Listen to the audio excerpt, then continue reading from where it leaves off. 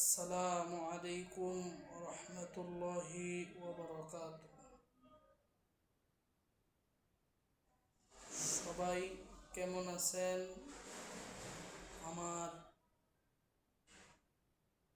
কাছে এবং দূরের বন্ধুরা,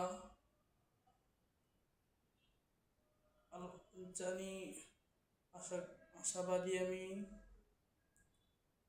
আপনারা সবাই সুস্থ এবং ভালো আছেন। আপনাদের দোয়ায়, আল্লাহর রহমতে আমিও সুস্থ এবং ভালো আছি। আজকে আমরা শিখব ইস্তেনজার থেকে বের হওয়ার সময় কোন দোয়া পড়িতে হয়। আমি আবারও বলছি, আজকে আমরা শিখব ইস্তেনজার থেকে কোন দোয়া পড়ি বেরোতে হয়। দোয়াটি হচ্ছে যে গুফরানাকা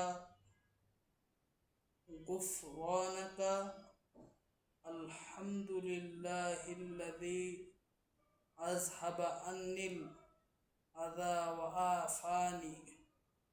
আমি আবারও বলছি, গুফরানাকা আলহামদুলিল্লাহিল্লাযী আযহাবা আন্নিল আযা ওয়া আফানি। ইস্তেনজায় ঢোকার সময় দোয়া, বের হওয়ার সময় দোয়া। ইস্তেনজায় ঢোকার আগে যেই দোয়াটি, আমরা সেই দোয়াটি আগের দিন দেখছিলাম। আজকে আমরা বের হওয়ার দোয়াটাও দেখলাম। ইস্তেনজায় ঢোকার সময় যে দোয়াটি পড়িতে হয়, দোয়াটি পড়লে শয়তানে অসুস্থ দিবে না। আর ইস্তেনজা বের হওয়ার পরে যে দোয়াটি পড়িতে হয়, সেই দোয়াটি আজকে দেখলাম। এই দোয়াটি